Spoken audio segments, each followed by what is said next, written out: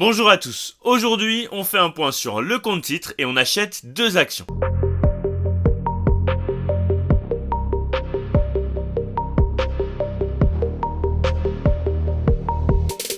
Pour rappel, c'est un compte titre qu'on a créé récemment sur la chaîne YouTube avec la communauté et le but c'est de le faire performer et de suivre cette aventure ensemble. Donc c'est un compte titre qu'on a créé sur DesGiro. Si vous êtes intéressé pour créer un compte titre sur DesGiro, vous avez mon lien de parrainage dans la description avec des offres qui varient en fonction de la période. Vous êtes de plus en plus à regarder les vidéos, et ça je vous en remercie, mais n'hésitez pas à vous abonner pour soutenir la chaîne parce qu'il y a plus de 50% d'entre vous qui n'êtes pas abonnés. Dans un premier temps, ce qu'on va faire, c'est qu'on va aller checker nos ordres, et on va commencer par Alphabet, la maison mère de Google. On avait un ordre à 127,5 qui a un petit peu évolué, mais vous allez voir que pour l'instant, c'est un ordre qui est plus forcément très valable.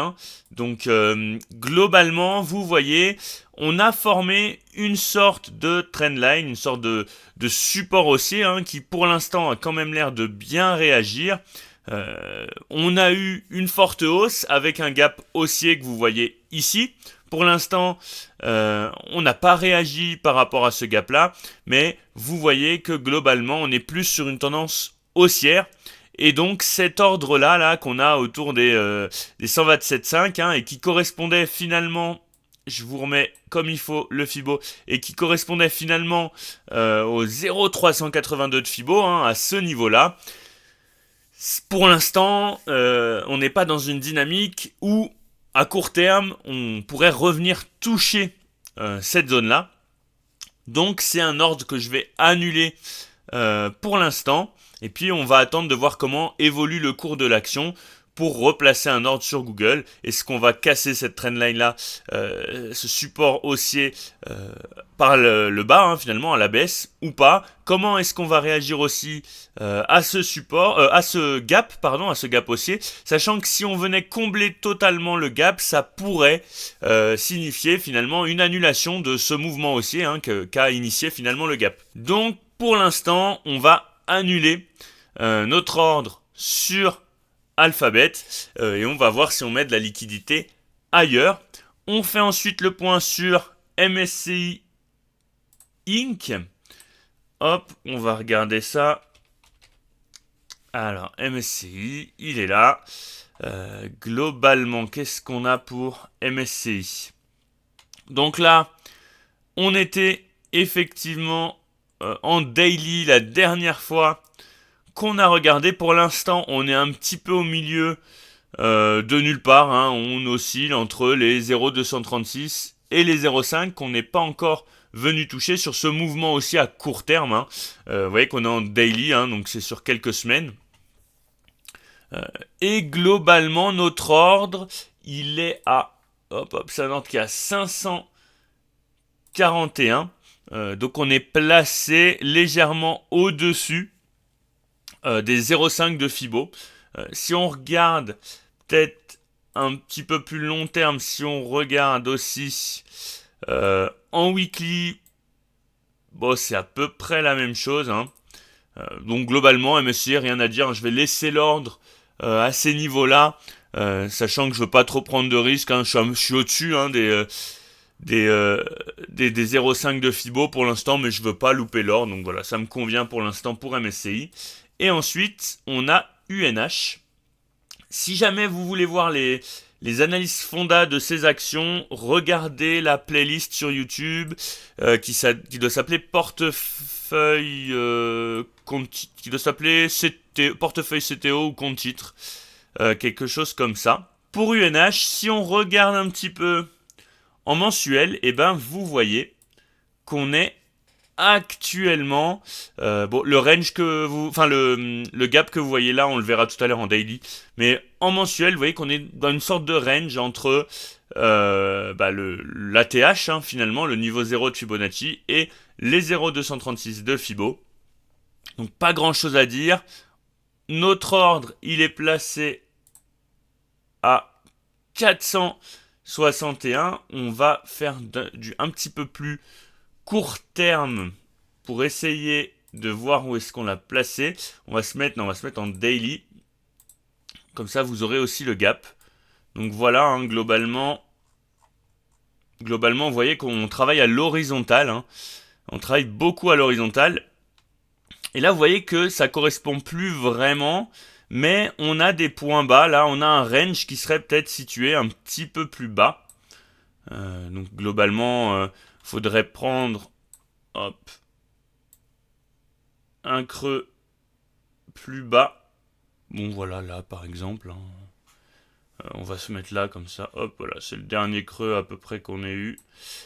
Et globalement, vous voyez qu'on va chercher quand même régulièrement plus bas hein, au niveau de ce range. Et moi, ce que je vise, c'est le bas de ce range-là. Donc voilà, sur un travail horizontal, sachant que là, pour l'instant, on n'a pas annulé ce mouvement baissier-là, qui a été initié par le gap. Peut-être qu'on va... Il y a plusieurs possibilités. Soit on utilise ce gap-là, le bas de ce gap, comme une résistance pour repartir vers le bas et pourquoi pas aller chercher le bas du range. Ou alors, on le comble partiellement. Et si on le comble complètement, on pourrait repartir à la hausse avec une annulation finalement du mouvement baissier qu'a initié ce gap. Donc voilà globalement pour une UNH. Ensuite, je crois qu'on est bon pour les ordres. Donc on va passer aux actions qui m'intéressent. Pour ceux qui sont intéressés par le Patreon, où vous pouvez retrouver mes formations, mes ordres d'achat, le suivi de mes portefeuilles à titre éducatif, mais aussi les analyses de vos actions, des réponses à vos questions et surtout la grosse plus-value, c'est l'accès à la communauté où on peut discuter entre nous et ça, croyez-moi, c'est une force. Ça évite parfois certains déboires. N'hésitez pas à demander, voilà les gars, moi je voudrais investir, je sais pas, sur Orpea, je vous dis une bêtise. N'hésitez pas à poser vos questions dans la communauté Patreon. Les gens vous répondent et puis vous avez un petit peu l'avis de tout le monde. Vous retrouvez mes ordres d'achat. Globalement, des analyses techniques qui sont réalisées par David. Il est trader financé chez Topstep. Vous trouvez aussi des zones d'achat, enfin mes zones d'achat, des zones que je considère intéressantes sur certaines actions. Donc là, vous avez Equasense. On fait des points réguliers sur les actions qu'on suit. Donc Sanofi, Nike... il y en a plein. Donc, n'hésitez pas, il reste moins de 30 places pour rejoindre la communauté. Ça va assez vite, les 50 premières places, elles ont mis moins d'une semaine à être écoulées. Donc, n'hésitez pas. Et puis moi, je vous dis à bientôt sur la communauté Patreon. Et l'une des premières actions, c'est pas réellement ce que vous pensez, c'est un ETF. Et donc c'est si je vous dis pas de bêtises, hop, c'est le iShares MSCI India. Voilà, donc un ETF Inde qui a une belle performance. C'est l'un des ETF qui a l'une des plus belles performances. Je sais pas si vous voyez bien le nom. Mais voilà, là vous l'avez, je me décale, comme ça vous l'avez bien. Voilà, parfait. Il est juste là. Donc voilà, j'ai décidé d'investir sur un ETF indien. Déjà parce que je connais pas bien les actions indiennes. C'est une culture qui est différente, etc. Et donc je considère que le fait d'investir sur un ETF Inde, c'est intéressant pour moi au vu de ma stratégie et au vu de mes connaissances finalement vis-à-vis de cette zone géographique du monde. Voilà, c'est une solution de simplicité.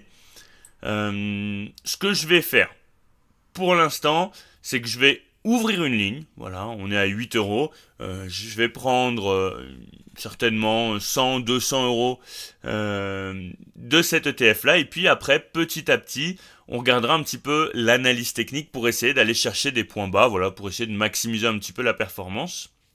Pourquoi l'Inde ? Pour plusieurs raisons. Déjà, pour sa croissance. qui est très forte sur ces dernières années.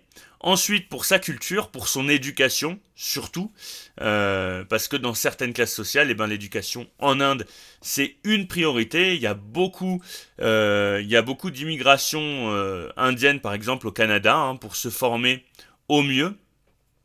Et aussi pour sa situation démographique et pour son évolution démographique, notamment. Donc voilà, toutes ces raisons, et aussi pour la diversification, globalement. Euh, pour toutes ces raisons, je choisis d'investir sur cet ETF. Et donc, on va aller le chercher. Hop. Donc, on se retrouve sur DEGIRO pour valider notre achat.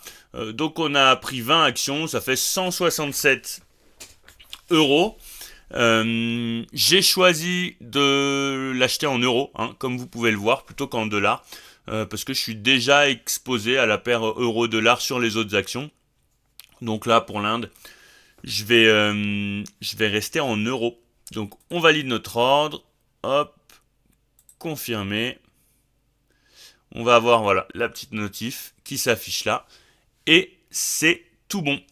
Ensuite, la deuxième action qui m'intéresse, c'est Visa.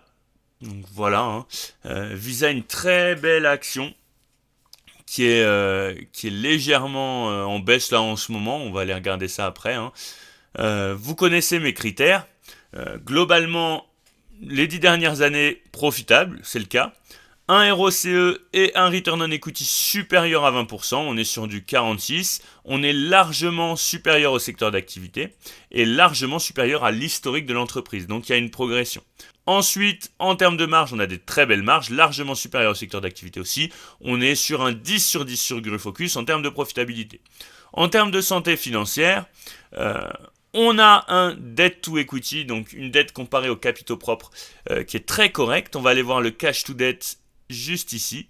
Vous voyez, on a quasiment un cash qui est égal à la dette, sachant qu'on a une légère baisse de la dette et une petite croissance du cash. Globalement, c'est une entreprise qui fait du cash et comme vous le savez, cash is king en période de crise. C'est ces entreprises-là qui résistent le mieux. Un score d'Altman juste ici qui est faible, donc peu de chances de faire faillite.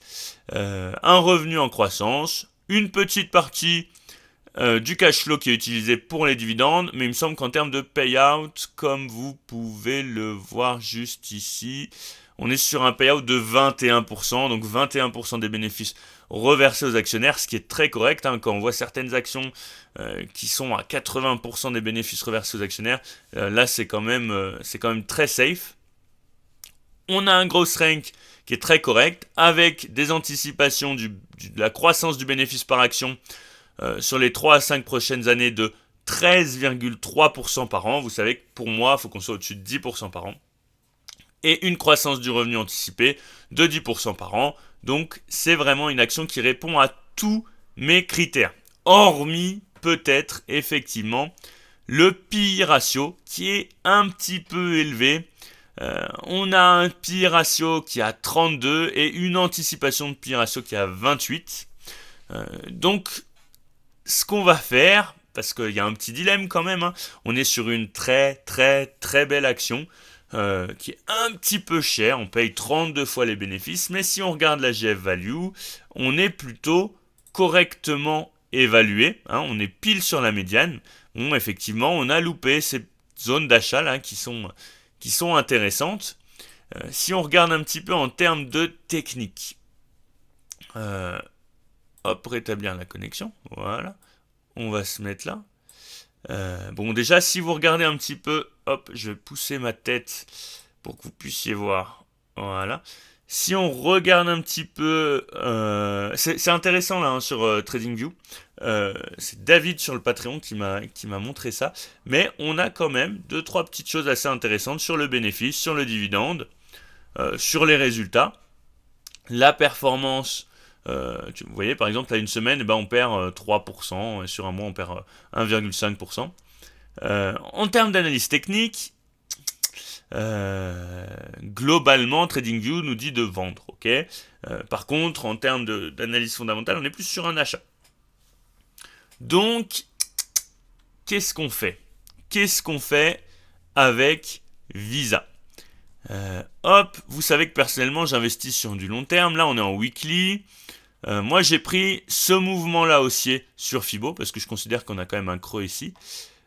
Et vous voyez que pour l'instant rien de dramatique. On n'a même pas, enfin si on l'a touché là, on a touché les 0,236 de Fibo et pour l'instant on travaille légèrement à l'horizontale. Donc on peut aller plus bas, on peut tout à fait aller au 0,382, au 0,5, au 0,210, au 0,618. Dans la Golden Zone, là, ce serait vraiment génial. Mais globalement, c'est quand même une entreprise qui a une très très belle croissance à long terme, en plus de son dividende, hein, qu'on va aller voir après. Donc oui, on est sur un ATH, on est très proche de l'ATH. Qu'est-ce que je compte faire personnellement? Pour l'instant, sur ce portefeuille, vous le savez, ce qu'on a fait, c'était essayer, on ouvrait une ligne finalement sans regarder les points d'entrée, et après on regardait la technique pour essayer de baisser un petit peu nos points d'entrée. C'est ce qu'on a fait avec Nike. Bon, pas de bol, quand on a investi sur Nike, c'était la veille des résultats, on a perdu 7%, mais on avait placé un ordre sur Nike vers les 92 euros, donc sur un support intéressant, un ordre qui est passé, ce qui a quand même réduit la baisse, la moins-value latente qu'on a pour l'instant. Sachant qu'il faut garder à l'esprit qu'on investit sur le long terme. Là, à l'heure actuelle, je vais placer un premier ordre proche ici, comme vous le voyez, enfin sur les 0,236 de Fibo. Donc certainement à 276 euros et quelques, hein, voilà. Et puis je rechargerai petit à petit à la baisse, sachant que on est quand même sur une très très belle action, et ça il faut le garder en tête, et qu'on vise du long terme. Donc ça me pose pas trop de problèmes pour cette action-là, même si sur ma stratégie PEA, vous savez que j'aurais mis un veto à ce niveau de valorisation avec un PI ratio au-dessus de 30. Donc voilà. Mais là, on va quand même essayer d'ouvrir une ligne. On va tenter une ouverture de ligne aux alentours des 276 euros, un petit peu au-dessus, hein, histoire de ne pas louper non plus le coche. Et voilà. Parce que quand vous regardez globalement, hein, sur Fibo, qu'est-ce qu'on pourrait prendre? On va prendre ce mouvement-là, donc le point le plus bas qui est là, et puis on va aller se mettre, voilà. Globalement, allez, on va tenter, ouais, on tente ça. Allez. Globalement, les niveaux de Fibo, c'est des niveaux qu'on prend à partir donc d'un mouvement haussier ou d'un mouvement baissier, hein, peu importe, et ça permet, en termes de probabilité, d'estimer le retracement qu'on pourrait avoir. Et donc vous voyez qu'on a des zones rouge, jaune, vert, bleu, et c'est vrai que sur la zone bleue, ça commence à être très intéressant, c'est pour ça qu'on appelle ça la Golden Zone. Et vous voyez qu'on a tendance quand même assez facilement à venir retracer sur ces zones-là, notamment les 0,382, hein, mais aussi les 0,236, plus en bourse qu'en crypto-monnaie par exemple, hein, ils ne sont pas trop utilisés, les 0,236 en crypto-monnaie. Donc globalement, moi j'utilise ces niveaux-là, voilà, là par exemple, vous voyez qu'on a atteint là avec la mèche ici, je ne sais pas si vous voyez bien, je vais peut-être zoomer un petit peu. Là par exemple, on a une mèche haute là, et puis on est venu retracer, c'est chirurgical sur les 0,382 de Fibo. Donc là, c'est ce qu'on utilise. Si on prend le mouvement à très long terme, vous voyez qu'on est encore très très large. Par contre, si on prend un petit peu plus court terme le dernier mouvement haussier, et ben vous voyez que c'est, pour l'instant, on n'a pas encore retracé sur les 0,236 parce que le point haut est ici. Voilà. Et donc voilà, on pourrait venir retracer au moins sur les 0,236. Donc c'est parti. On se retrouve sur des gyros. On sélectionne achat. Je vais une fois de plus pousser ma tête. Voilà. Et puis relever un petit peu. On se retrouve pour un achat à court limite avec une limite de 276 euros. On va mettre 0,5. Voilà. Hein. En quantité, on va prendre une action pour l'instant. Un ordre continu, parce que c'est pas dit qu'il passe aujourd'hui. Donc on récapitule.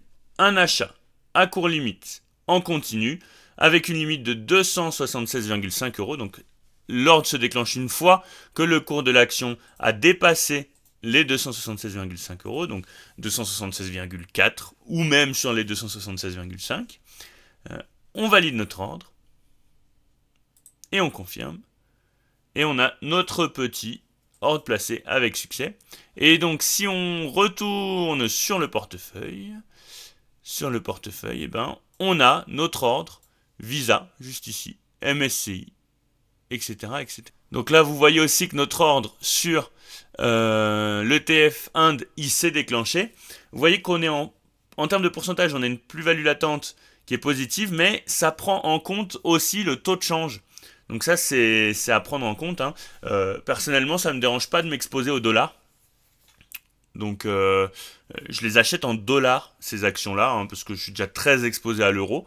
Et je veux pas non plus être surexposé à l'euro, donc je m'expose aussi au dollar. Je sais qu'il y a des gens qui sur DEGIRO achètent les actions américaines en euros, ce qui est aussi possible. Personnellement, je les achète en dollars. N'hésitez pas à liker, à commenter et à vous abonner si vous voulez soutenir la chaîne.